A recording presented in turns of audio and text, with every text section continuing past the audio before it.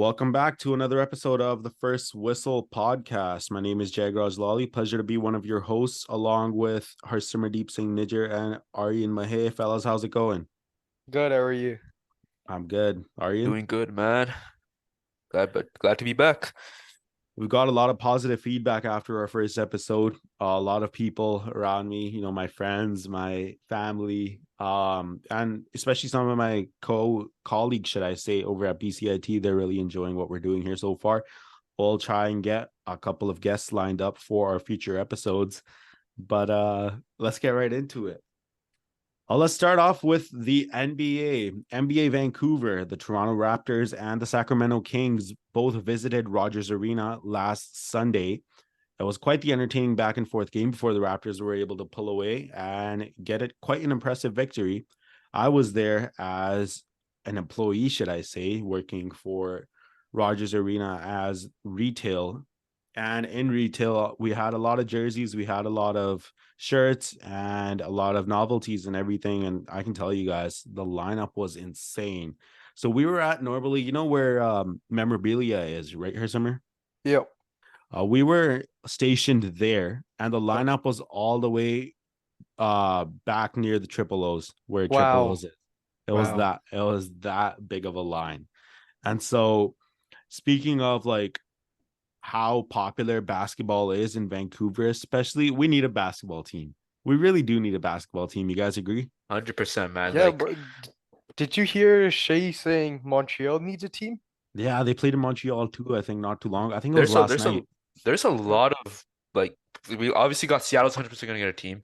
Vegas is going to 100% get a team. But, Vancouver is actually up there too. A lot of people are actually saying, Vancouver deserves to have a team. And, Scotty Barnes even said himself, Vancouver's a great city. He likes it there. And I think, we'll definitely have a really good basketball fan base if a team does come to Vancouver. So, yeah, 100% Vancouver does deserve a team as well. We all know how people in Vancouver get competitive, man, even with hockey. Yeah, hockey is crazy. Win or lose, we're all there. Yeah. Speaking of hockey, I just wanted to bring this up before we dive into the NBA a little bit as well. What a performance by the Canucks, eh? Wow, 100%, 8-1 against the Oilers.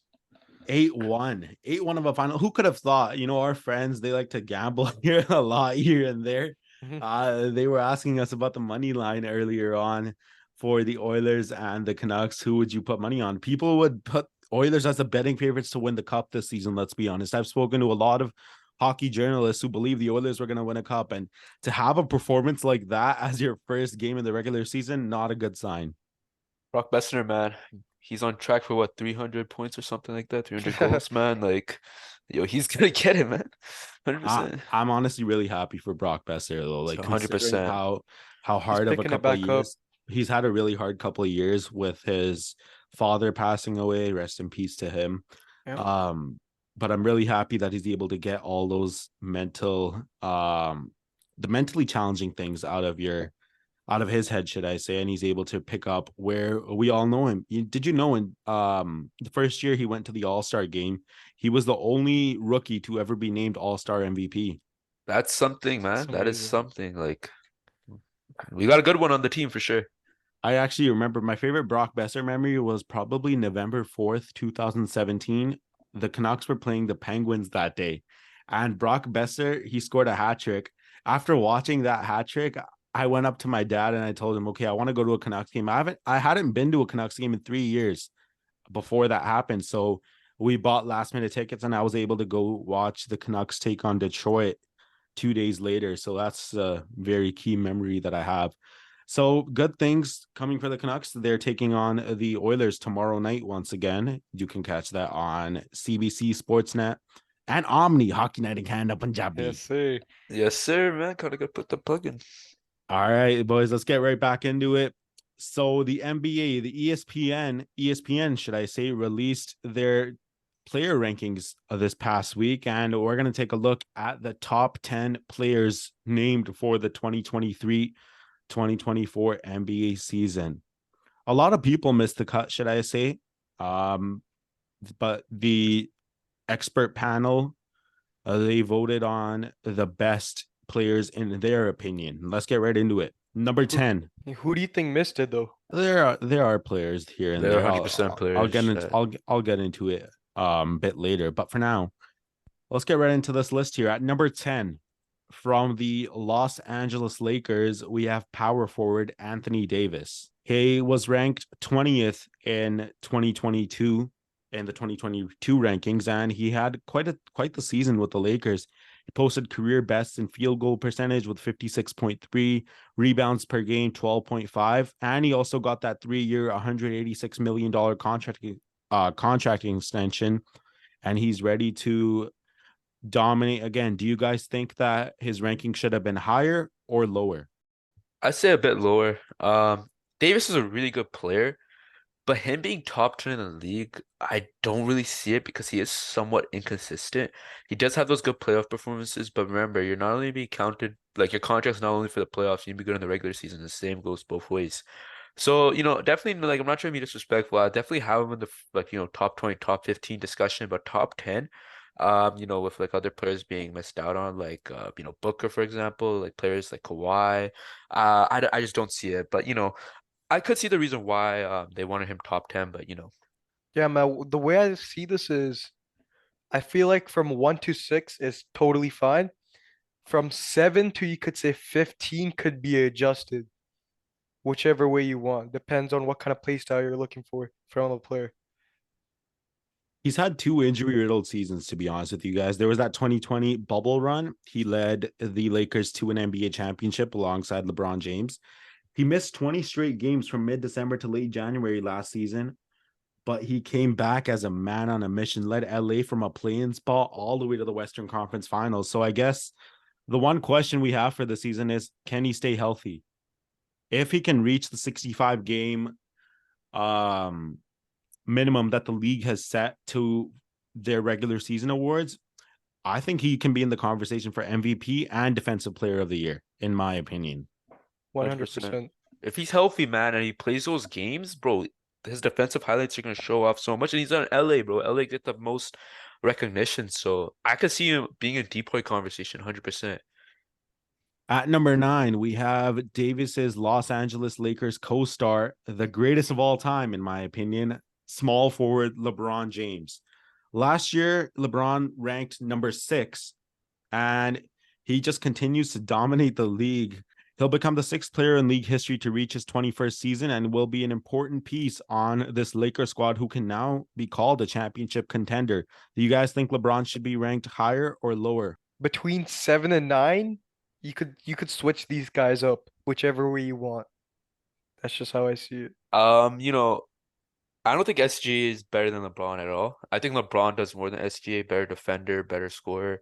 I definitely have LeBron. You could definitely debate him and KD. This whole top 7, I do think is a bit iffy, but having LeBron under SGA, who just had had a breakout season, which was good, I just don't think that he is better than LeBron. So I'd have LeBron go up a spot. You could debate him and KD, but as of right now, yeah, definitely LeBron is better than SGA. So LeBron was ranked number 6 last year, as I said, but he missed a lot of time last year because of the right foot injury. And he hasn't played as much as he played back in Cleveland with the Lakers. And injuries have obviously caused a problem that he's getting older. He's not getting younger. His age is starting to show. The one question that I have for this upcoming season for LeBron is that it's been 10 years since James returned to Cleveland. He went there to take the load off of Kyrie Irving and Kevin Love, take the pressure off of their shoulders. That never really happened with the Cavs. James was always the number one option, but it hasn't happened in LA yet.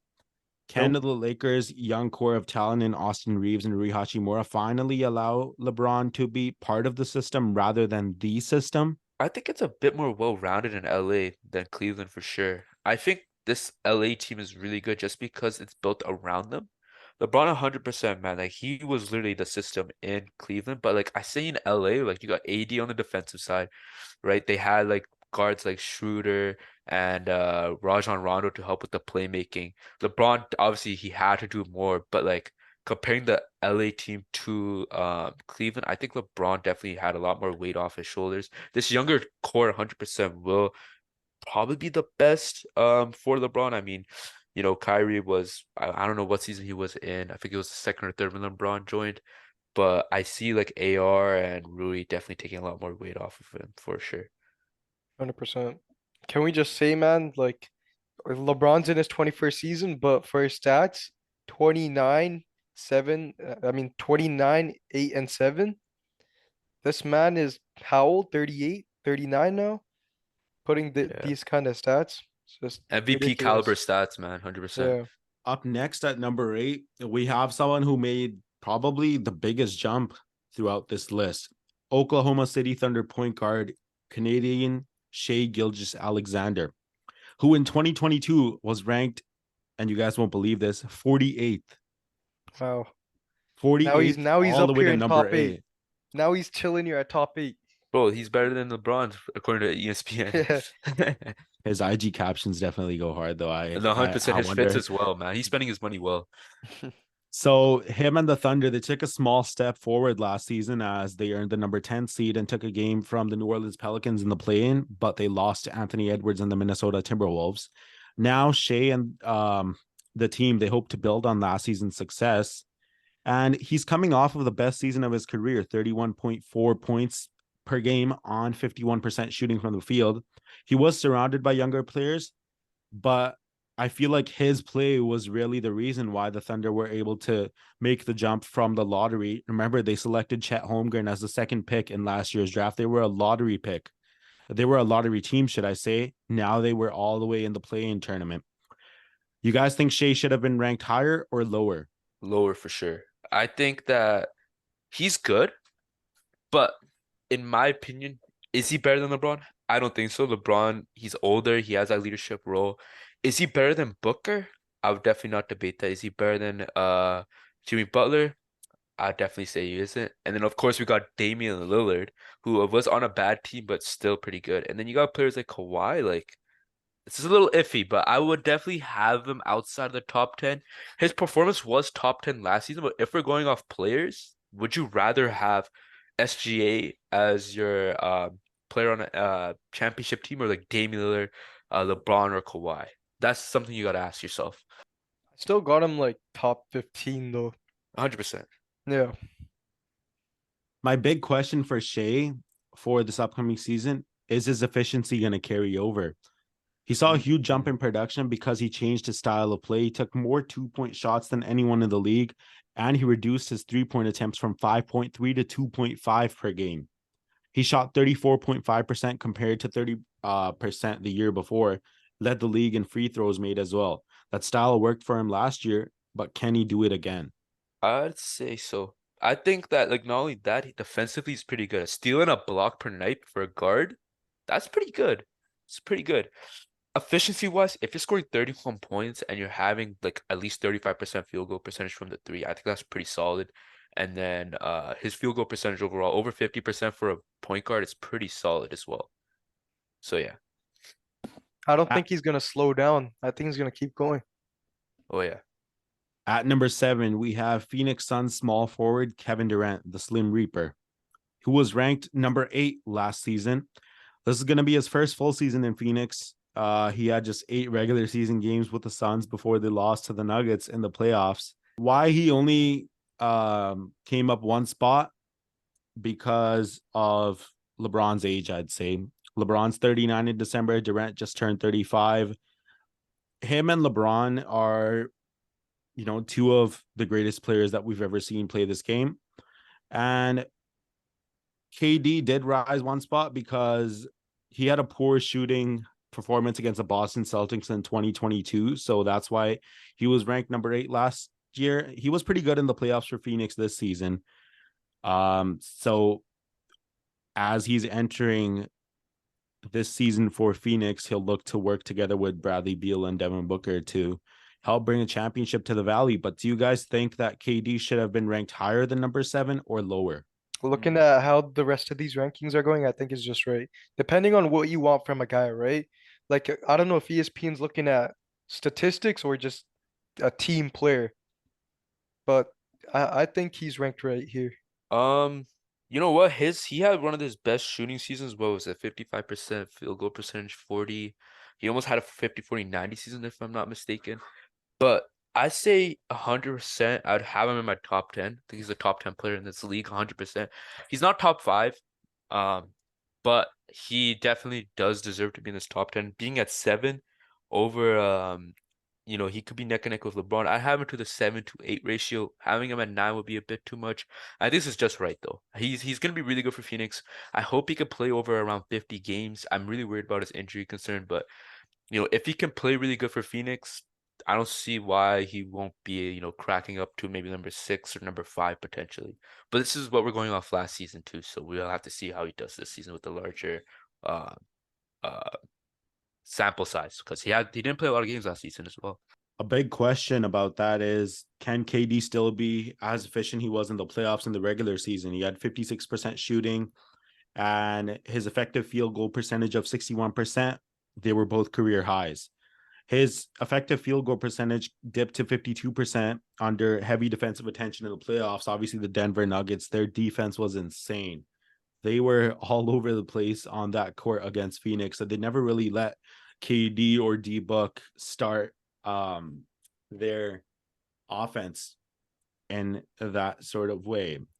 At number 6, we have Boston Celtics small forward Jason Tatum, who was ranked number 7 in the 2022 NBA rankings. Last season was an impressive individual campaign for Jason, who made a 4th straight All-Star team, a 2nd straight All-NBA team, and won his first All-Star Game MVP award with 55 points in the All-Star Game. But Boston's ongoing pursuit of a title fell short after losing in 7 games in the Eastern Conference Finals to Jimmy Butler and the Miami Heat. You guys think Jason Tatum should be ranked higher than number 6 or lower?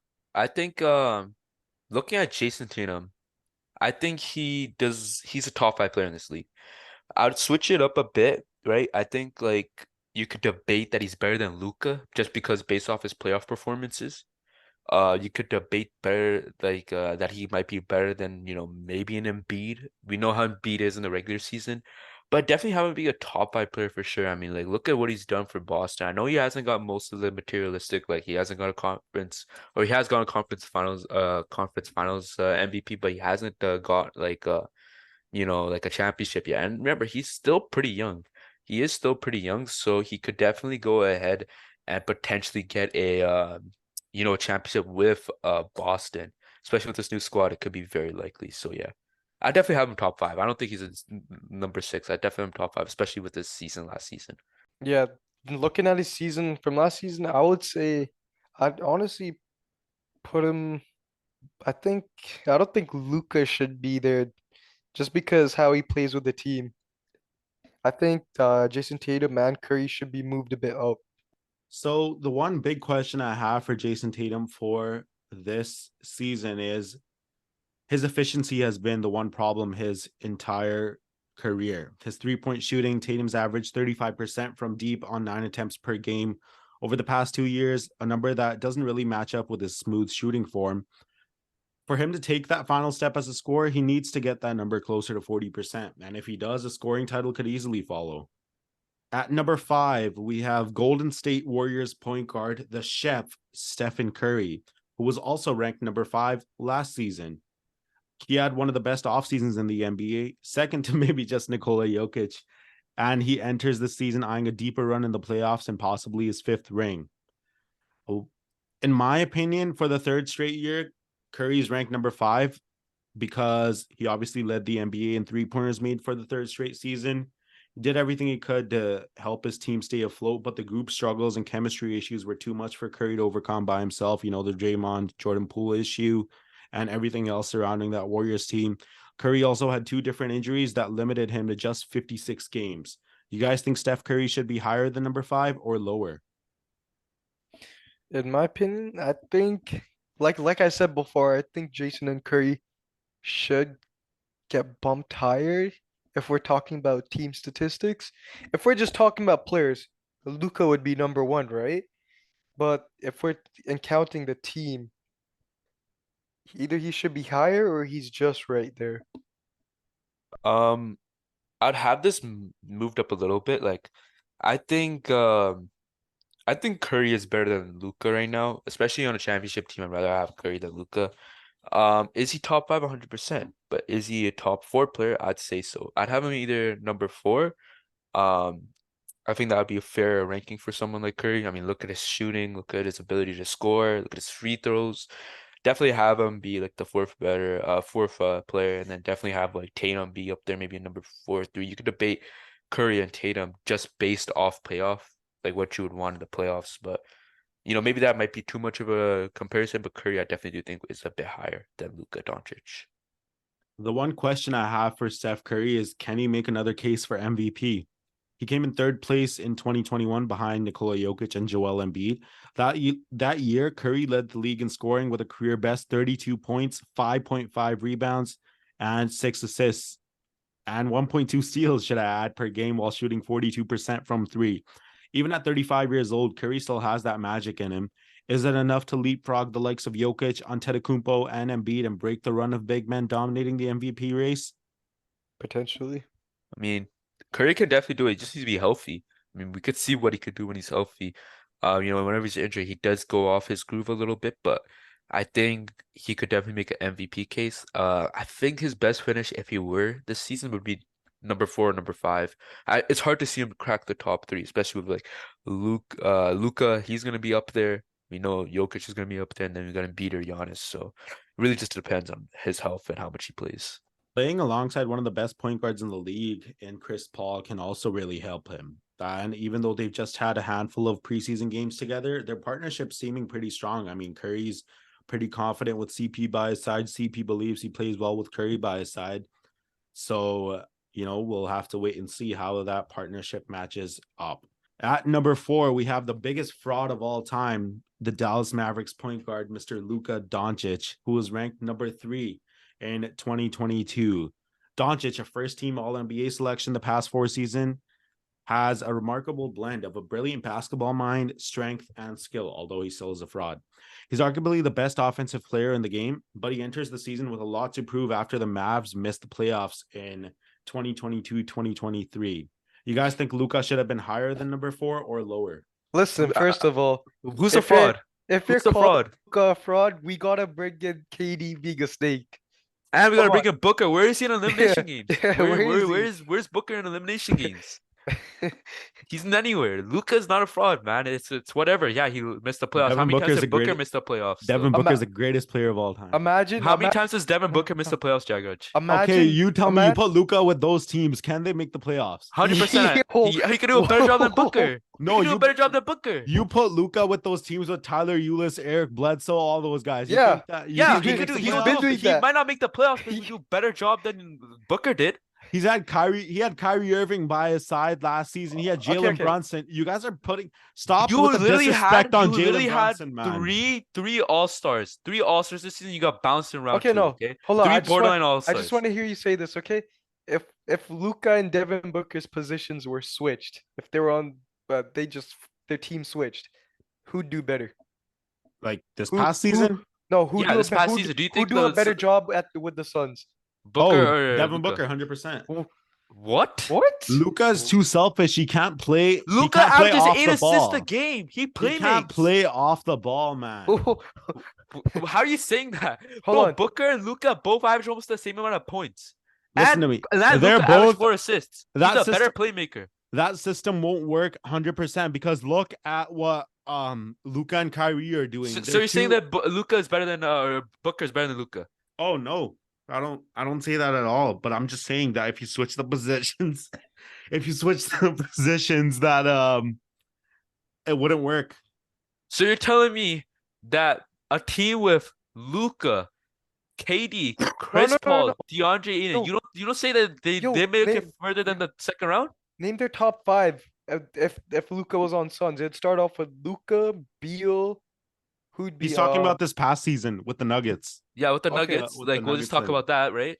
Because we don't know how they're going to do now. But you're telling me that they would only make it to the second round? Yeah, you don't think they'll make it past the second round? If you put Chris Paul and Luka Doncic together, Luka can't play shooting guard. I'll tell you this right now. He's 6'7". He can't play shooting guard. No, why can't he play shooting guard? Let me tell you why. Luka and Kyrie, they couldn't work together because they're both point guards, right? They're both so used to playmaking. They couldn't play together. Look at the Mavericks matchups towards the end, down the stretch last season. They No okay. one They knew played. when to They take played the half a shot. season together. Half a season, bro. We could use the same excuse there. Luca can play shooting guard. He's 6'7". He's not the best defender, but why would you need the best defender? You can't ask everything from Luca. He's one of the best offensive talents, one of the best playmakers, can rebound the ball. He could definitely play shooting guard. You have Kyrie at the 1, Luca at the 2. You have defensive surrounding pieces. Like they could definitely be. Luca 100% play the 2. Can Booker play the 1? I'm not gonna Definitely lie. can. He can. I think. He I think he can. You can. think he can Yeah, play the 1? He I think can. so. Yeah. You think so? Okay, then No, with that logic, not better than Luca though. not better than No. Luca. No, Luca can because play the Luca's position is the point guard, right? He can't play better point guard than Luka I Doncic. th I think Luca could play as good shooting guard as Booker though. Luca play the 3 too. He's tall enough, man. Size matters a lot too. But I hey, think Jason let's. Kidd is definitely gonna play Luka at the shooting guard this season. They wouldn't put Kyrie at the point guard, so we'll have to wait and see how it turns out. From what I've seen in the preseason, the quarters that they played together, I'm not liking what I see so far. Of course you're not. Anthony Edwards did a great job outplaying Luka and Kyrie. I'm liking Anthony Edwards though. Anthony Edwards will be a top 10 player by the end I'm of the liking next season. Anthony Edwards. I'd say that. I think Anyways, he'd be a top boys, 10 player. But you let's. guys think One thing is you guys think Luka should be ranked higher than number 4 or lower? A little bit lower. I think he'll a be little. number Yeah. 4 or 5. I think Yeah. 4 maybe okay, but he's not better than Curry. Yeah, I agree with that. But put your guys' opinion in the comment section. Would Luca do as good, if not better, with the Suns if Devin Booker's and Luca's roles were switched? This Let us past know in the season. comment section. This This past past season. season, yeah. Let us know in the comment section. I'll put a poll down below on Spotify and they can vote to see what they think. So Oh, the amount of alt accounts this guy's gonna make is gonna be crazy. anyways, boys, the one question that I have for Luka this season is, can he lead the Mavs back to a playoffs spot and beyond the first round again? Dallas should have an elite offense led by Doncic and Irving, and the hope is that their chemistry will improve with more time together, particularly, as I was saying, in clutch situations. They had bad defense last season, though, and that was the main reason why Dallas kind of struggled in the end there. Off-season personal upgrades were made with, Grant Williams coming in, and I hope that Doncic can also improve on the defensive end of the floor. 100%. Yeah, I think they had a really good offseason, so I definitely have them being in the playoff spot for sure. All right. At number 3, we have Philadelphia 76ers center Joel Embiid, who was ranked number 4 in the 2022 rankings. After finishing runner-up the prior 2 seasons, Embiid won his first NBA MVP award in 2022-23, as well as claiming a second straight scoring title. That, however, didn't lead to more playoff success as Philadelphia once again lost in the second round, falling in 7 games to the Boston Celtics. Embiid has become the league's dominant scoring force, in my opinion. He shot a career best, should I say, 54.8% from the field, while finishing with a career high average of 33.1 points per game. Because of his size, speed, and skill, it's not a matter of stopping Embiid. It's simply making life difficult and hoping he has an off night. Do you guys think Joel Embiid should be ranked higher than number 3 or lower? Lower. 100% Yeah. lower. I mean, if we're talking just regular season, oh my God, this guy's like, it's like top 2, honestly. But when it comes to playoffs, we've all seen it. Where does he go in the playoffs? That's the question, man. First round. Yeah, I mean, he never made it past the second round in his whole entire career. He has a good surrounding cast with him. Like, the team's not bad. It's just he needs to show up. You can't have players like Tobias Harris drop 30 and expect Embiid to, Yeah, what does not. Embiid drop? Like 16 points? Sometimes he has a lot of off nights. He's just inconsistent. He's like Devin Booker, but worse. So, Honestly. yeah, like I definitely think that he just needs to be more consistent and then maybe he'll be better. But I like Embiid. I think like at the beginning I did think he did deserve the MVP voting, but seeing how Jokic played, looking back at the stats, 100% Jokic did deserve the MVP award. But Embiid, you know what? Glad he got it, and now he could go ahead and maybe focus more on the game of basketball than rather going out of these regular season awards. So yeah. The one big question surrounding Embiid is the same one hanging over the 76ers. What will happen with James Harden, and how will this saga shape Embiid's feelings about the franchise? Eyes around the leagues are fixated on Embiid and how things are going in Philadelphia. I was hearing rumors about New York this summer as well. Yeah. And if the season ends with a loss in the first or second round in the playoffs, next summer is obviously going to be a long one for the Sixers, because will Joel Embiid stay if you lose in the first or second round again? Ben Simmons requested a trade back in 21. Who says Joel Embiid can't do the same? Your guys' thoughts? Daryl Morey's gonna have a tough summer ahead of him. You got expiring contracts from Tobias Harris, Harden. You're like, are you gonna trade Harden? Like that's a really big question. Embiid, I think you can't make it past the second round. The process is done. Trade him to New York, get like a RJ Barrett, Dante DiVincenzo, draft capital compensation for it, then just go rebuild, like properly rebuild. You'll be able to get some good talent. I mean, like Cooper Flag, we got all these young talents. Cameron Boozer, like all these guys, like they are gonna be in the draft. So definitely this is like the perfect time for them to rebuild. So yeah, I'll definitely trade him if things don't go well. I feel like around now is a really good time to start rebuilding for teams, especially with the future talent that's coming up. 100%. Yep. These last two players that we have on our rankings, I really think it's not a case of number one, number two. I think it's more so of a case of 1A, 1B. 100%. But regardless, at number two, we have Denver Nuggets center, the reigning finals MVP, Nikola Jokic, was also ranked number two in last year's NBA rankings. After celebrating the summer of Jokic by dancing and singing in viral videos, the reigning finals MVP is coming back to Denver, ready to duplicate his historic run to last season's championship.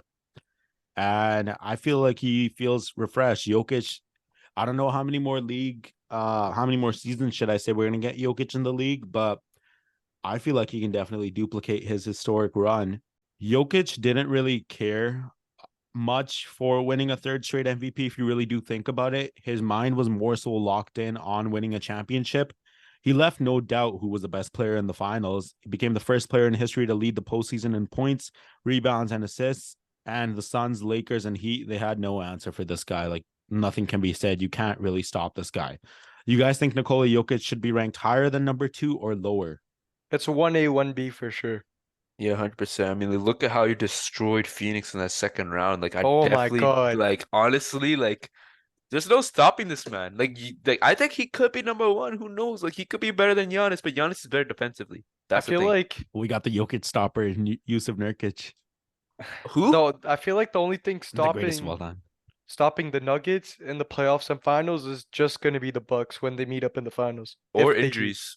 Yeah. If Jokic is injured, they're out, man. Like, Jokic Yeah. just makes everybody better. Like, he made Jamal Murray better. He made Aaron Gordon better. He made Michael Porter Jr. better. Like he is really good. He's really dominant. And we saw that in the Phoenix series. Like, he was just absolutely tossing them around.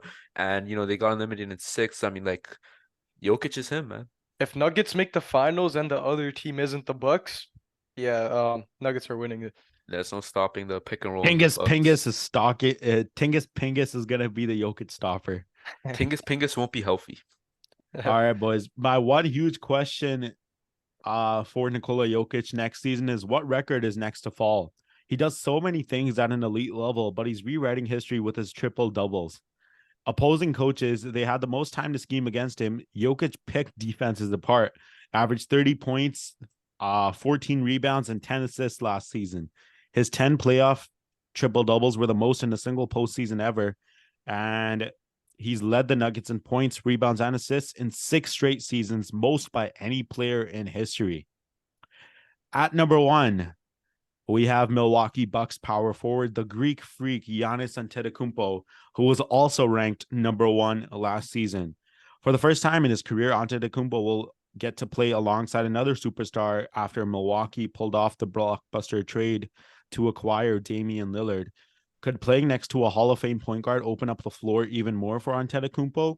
Do you guys think Giannis should be ranked lower than number one? No. I think maybe. Who knows? Giannis is just better defensively. Like, he literally is faster and just better defensively. The pick and roll with Giannis and Dame is gonna go crazy though. There's no way you can really stop that, man. I'm really excited to see both of them play though. It's just 1A, 1B. That's it Mm. between these two, in my opinion. Before we finish off, the one big question I have for Giannis in this upcoming season is how is him and Damian Lillard going to work? This is going to be the first time in both of their careers that they've played next to another superstar, and there's always going to be that learning curve. Antetokounmpo, he already spoke during training camp about deferring to Lillard in an effort to make Lillard's transition smoother. Shouldering less of a workload during the season could keep Giannis fresher for the playoffs because Giannis has been the first option in Milwaukee for a very long time now. And he said I'm willing to defer to Lillard. I'm willing to make Dame the leader of this team to make things work. You guys think that's a smart thing to do? So essentially, they traded away their Drew Holiday first round picks just to keep Giannis. That's how I see it. I see it as like they traded away Drew Holiday, Grayson Allen, two swaps, and a first round pick for Giannis and Dame. That's how I see it. Because they didn't make that trade, they get bounced in the room. Giannis is going to Toronto. Like he's gonna be That's free a agent. bold statement there. Toronto. I mean, the thing is, this could actually happen. Masai Ujiri and Giannis, they both have a relationship. Toronto might have cap space in 2025, I believe, is when he's a free agent. Who Keyword knows? might. It depends if they re-sign Siakam. Now But this definitely not gonna happen. But yeah, back to the original thing. I feel like if Dame really wanted the leadership, Giannis is the kind of guy to give it to win a championship yeah. for sure. Who's a second option though? Is it Dame? I probably think it would be Dame. It would be Dame in our eyes, but Giannis behind is the willing to make scenes, Giannis in is the willing to make training it rooms, Lillard.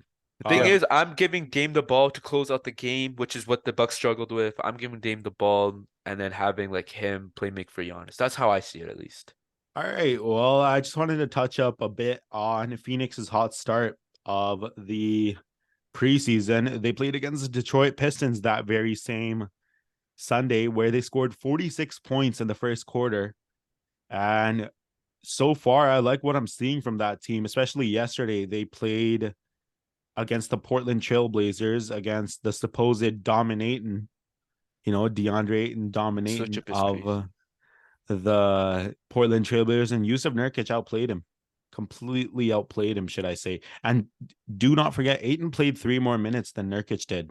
So I can't assess the trade just off of a preseason game, but I'm really liking what I'm seeing from Yusuf Nurkic so far.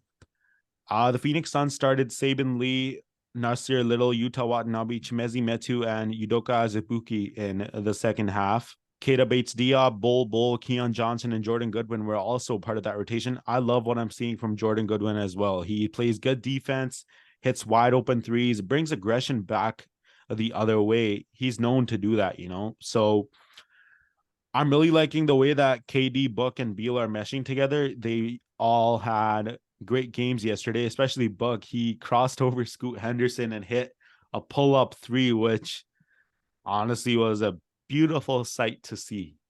What? And so I'm really happy with the way that Phoenix is playing together so far. Hopefully that chemistry rolls over into the regular season. All right, let's move on now to the rookie matchup, our final topic for NBA in this episode. Victor Wembanyama versus Chet Holmgren. The Spurs played the Thunder not too long ago. I believe it was this past Monday, where Wemby had 20 points and 5 rebounds in 19 minutes. And Chet had 21 points, 9 rebounds, and an assist in 16 minutes.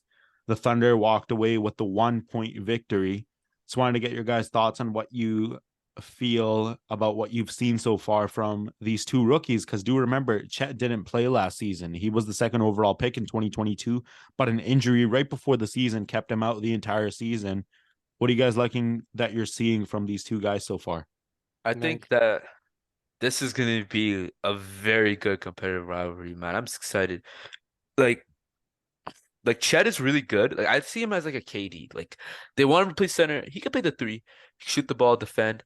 Wembanyama, man, like he's actually turning out to be really good. I'm just thinking that he will be a really good regular season guy. I just want to see him in the playoffs. Like I really want to see him and like the surrounding pieces are pretty good. Like you got Devin Vassell who signed an extension, Keldon Johnson, Trey Jones. Like you just need to surround yourself with good players and then get a second option for him, like a good second option. So that's how I see it at least.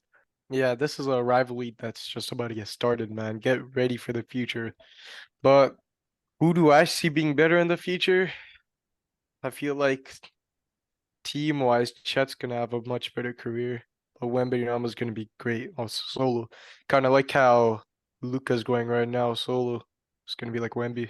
It's gonna be a better rivalry than Luca and Devin Booker because it's actually gonna be Yeah, yeah, competitive yeah. instead of like Luca just whooping his ass every time. Yep. So yeah. The Spurs are actually leading the Miami Heat by 3 right now. The game is currently at halftime, and I can tell you that Wembenyama has 15 points, 3 assists, and 4 rebounds in 16 minutes. Although Devin Vassell is doing really well for the Spurs right now, too. He has 18 points, 2 assists, and 1 rebound. So Wemby is displaying, an all-around game. He's getting those boards, he's getting those assists, and has 15 points on the board as well. I'm excited to see what he does this season. 100%, man. But let's move on to boxing now. Tomorrow, Misfits Prime boxing card. It has been made official now. We know Dylan Dennis is not going to pull out of the fight, hopefully. KSI versus Tommy Fury, Logan Paul versus Dylan Dennis. Leading up to the fights, the build-up, gentlemen, has been absolutely insane. And I haven't been this hyped for a fight in a very long time. So we saw yesterday John Fury headbutted the cage during Tommy's face-off against KSI. Both of the guys were trash talking to each other. KSI and Tommy, both of them were trash talking to each other. John got on stage and into the cage, smashed the panel with multiple punches, and finished it off by throwing a headbutt. He continued to launch a verbal attack towards KSI before finally being led away by security. You guys think Tommy and Tyson are embarrassed by John sometimes? Or is it No, all an not at act? all. Not at all, man. Like, bro, you need a father figure like John who just doesn't give a shit and just supports you no matter what. You need that. And like, bro, John Fury, it's a character, man. There's no way he's acting like that. I mean, he probably does have some anger issues. Like, I'm not trying to degrade the guy, but it was really entertaining to see him there. I'm really happy about this whole card. Hopefully KSI does get the win. We're Team KSI here. And Tommy Fury, man, like this is going to be the biggest card ever, and we're watching it. So stay tuned for some reactions as well, guys. Yeah, he's definitely a character, John Fury, right? I think he's literally by doing what he's doing, he's promoting the fight better than Tommy could ever, in my opinion. He's been heavily involved in the build-up to the fight, having caused the first press conference in August to be brought to an end when he smashed Flipping and the flipped table. tables. Yeah. The No, it's tables on the exciting, man. stand. I feel like this card is just gonna be like it's on. I think like this is promoted better than UFC. If you think about it, these that's influencers definitely know true. how to promote, man. Like Conor McGregor now. I have a question though. How many pay-per-view buys do you think this is gonna get? $55 in Canada and the US. It's actually $20 in the UK. So do you think I can 100% see this breaking 1 million pay-per-view buys? For sure, I believe that. Maybe 2 mil, maybe who knows? Maybe it's north of 2 mil. It The could link, happen. I think the links are too popular nowadays. It only gets 800K in my opinion. Only 800K? The links are too popular nowadays, bro. Who's gonna spend that much money in just a card? The thing is, in the UK, it's only $20. And in Yeah, UK, it's pretty big. I have a couple of cousins over in the UK. I don't know if they'll probably be buying it. They're big Logan Paul fans as well. Obviously during this build up yesterday, Dylan Dennis, he hit Logan Paul with a microphone, causing him to be cut open during the face off. Do you think that Dylan was right for what he did? 100%. He threw a mic on his crotch, bro. You get hit, man. You expect to get hit back, man. Like, what do you expect? You can't just get away with that. Like, Harsimar, we all know this, bro. You hit somebody first, you defend yourself. Yeah, there's nothing wrong with what he That's did. nothing wrong with that. Logan's just a crybaby, man, in that situation. So the weigh-ins were, I believe, this morning for us for the Misfits boxing card. I can now tell you that the official weights were released for our main event of the afternoon for us. Should I say the Misfits Cruiserweight Championship bout? KSI weighing 181.3 pounds against Tommy Fury, who's weighing in at 182.6 pounds. For the catch weight bout between Logan Paul and Dylan Dennis, it'll be at a catch weight of 195. Logan Paul weighed 194.3. Dylan Dennis, 195 pounds. Just your guys' initial thoughts and reactions to that? Yo, can we say like when we look at KSI and Tommy's physique, man, Tommy looks way bigger than KSI, but they're so close in weight. It's actually really like surprising and kind of impressive The how thing is, I think Tommy's actually at 200 now, probably. yeah, He but ballooned up. just oh yeah, for sure, rehydration, right? Yeah. But just at that face off, it looked really like crazy that they were only a pound off. Also, Harsimar, you're a bodybuilder, you probably know this, but do you think Tommy, so like KSI, he has a boxing physique, right? His legs aren't as big. He has like a good boxing physique. He's lean. Tommy Fury kind of has more of that like bodybuilder physique. Do you see that, or is that just like me? No, I definitely see it, but at the end of the day, it depends on your body, your muscle bellies, how they grow. You can't really control that. You just gotta deal with it. Kind of like how Anthony Joshua has to deal with his physique as well. Yo, Tommy needs to hit legs though. Jake Paul is going to be at the Misfits boxing event tomorrow supporting his brother Logan. Could we see Jake Paul make some noise after the main event? If KSI wins, could he enter the ring to face off against KSI? If Tommy Fury knocks KSI out, Jake Paul has been quite vocal about wanting that rematch. Could he enter the ring and do something? You guys think he's going to make some noise? 100%. Yeah. 100%, man. This is this is like the first time they're gonna be next to each other since 2020, I believe. So I'm pretty excited to see that. What do you think, Nidge? Yeah, I think the same way. UFC champ Conor McGregor is also expected to attend in support of Dylan Dennis, his training partner. What noise is Conor going to make? Oh, a lot. We already know Oh, that. this is gonna be interesting. Him and Jake, man, that might be something. Who knows? It'll be fun to watch for sure, and I look forward to watching it with you guys tomorrow. Our last topic of boxing here, Terrence Crawford and Errol Spence went back and forth in the lead up to their initial fight, and obviously we saw it was a one-sided domination for the fight by Terrence Crawford. The rematch is now in the works for February. Aryan, I just wanted to get your thoughts on if you think there even should be a rematch after that first fight. The thing is, there was a rematch clause, so it's probably will happen. Looking at how dominant the fight was, I would never ever expect that to happen. I would always want, if there's like a KO or a dominant performance, 100% there should be at least two fights in between where the player kind of like, rebuilds himself. And it's good mentally too, because when you lose like that, you're going back with that guy. Like you're not there mentally. So like, if I am, Crawford and Spence, like I'm definitely like, I definitely wait a bit. I don't think it should be this soon. I think they should definitely have some fights with some other players. To gain an advantage to ensure that he wins, Crawford, he could get the middleweight size Spence down to welterweight. That would be extra insurance for Crawford, because if Spence was at full power, firing on all 8 cylinders, he could beat up Terrence and mess up Terrence's vision of getting a fight against Canelo Alvarez, something that he's also been really vocal about. Hmm. But, we'll see if that rematch does come through for February. It'll be interesting to watch. For now, let's move on to our third sport, the last one of today's episode, MMA, mixed martial arts. How can we even start? What a week it's been for the sport of MMA, particularly the UFC. UFC 294, Charles Oliveira in round 5 during his sparring session gets cut above his eye. It's so bad that he has to pull up from the fight. The fight seems seemingly off. No one wants to face Islam Makhachev. It's literally like no one was willing to face him. Justin Gaethje said, "I need more time." And I mean, I do feel bad for Gamrot in a way. I'm not gonna lie. They even called up Dustin Poirier. Poirier essentially actually did say yes, apparently to some news, to some sources, and himself he even said so. Looks like that was just like a backup though, because Yeah, yeah, but Alexander Volkanovski, they called this guy up one time. What does he do? Shows up, the UFC featherweight champion says, "I'm in." Alexander Volkanovski replaces Charles Oliveira on particularly 12 days notice. If you really do think about it, for Volk, he was informed about it not too long before we found out. What's your guys' initial thoughts on potentially us getting a rematch here? Man, he's a Volkanovski's a real warrior, man. Like 12-day notice, and you're just like, all right, I'll face one of the best fighters in the world right now.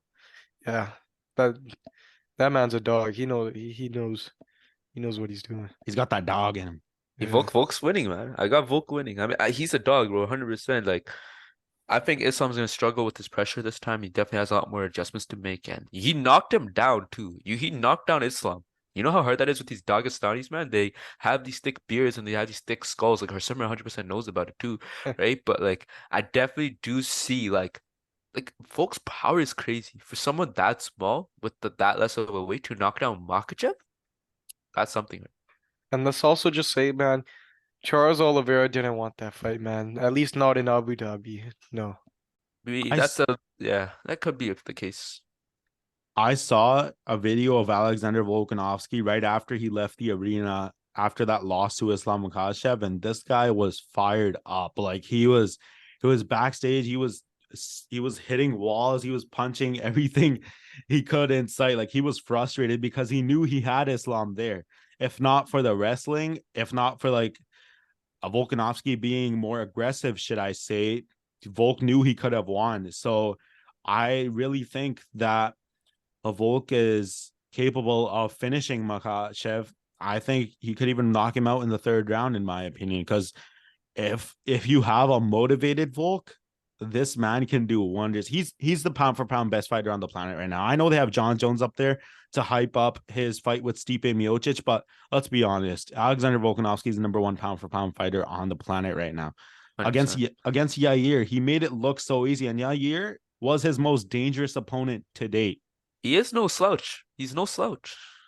He Nope. made it look easy. So in terms of my predictions for that fight, I'd say Volk third round TKO. But also keep in mind now, Islam went into that fight thinking Alexander Volkanovski was an easy fight, just a small dude. And you could see from the fight as well, Islam was aggressive from the start until he found out what Alexander's really about. But His right hand, man, is yeah, crazy powerful. but keep in mind now, just watch out because I could see Islam being really passive and just like just controlling everything in the fight this time.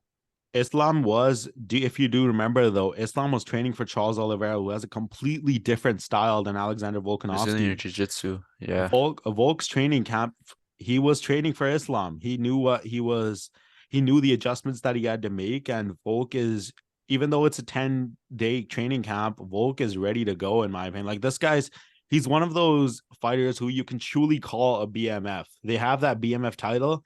If Volk wins this, he's the undisputed BMF in the UFC. Like there's no debate about it, no whatsoever. That leads to my next question. Does a win solidify Volk as one of the greatest of all time? I'd say so. Yep. 100%. I think 100%.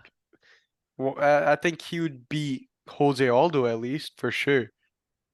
You could have him in top five discussions, top seven, I'd say, before, but like Volk is just crazy right now, man. Like he did lose to Makhachev. A lot of people did have different thoughts about it, but like think about it this way. He lost to Makhachev, dominated in his weight division, then got called up 12 days notice, beat the guy who beat him.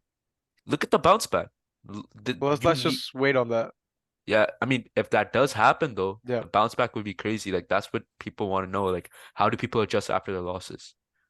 Documentary would be crazy though. 100%. But let's move on to the next BMF, right, Jake? Yes, sir. So Paulo Costa, this guy has elbow surgery 3 weeks before his fight happens. Like, why would you do that, first of all? Like, bro, you know you're fighting. Like, why would you not say it before? Like, why would you let the fight go on? Why would you not like readjust like 4 weeks beforehand? This guy tells him he tells him a couple of weeks before his fight's supposed to happen, yo, my elbow's injured, but I'll Bro still was on a fight. wine for sure, man. He was drinking a UFC lot of wine. UFC wasn't gonna let that happen. And once again, Paulo had to pull out of the fight. They had to remove him of the fight. No one was willing to face Hamza. Everyone's Another like, BMF. no one was scared. Well, no one was willing to face Hamza because they were scared of his style, obviously. What do? They call former UFC welterweight champion Kamaru Usman.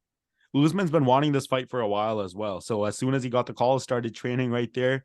Gilbert Burns posted a training video, and DC also went live earlier that day. The fight was announced. He said, if this fight comes together, the one that I'm hoping comes together, you guys are in for a treat.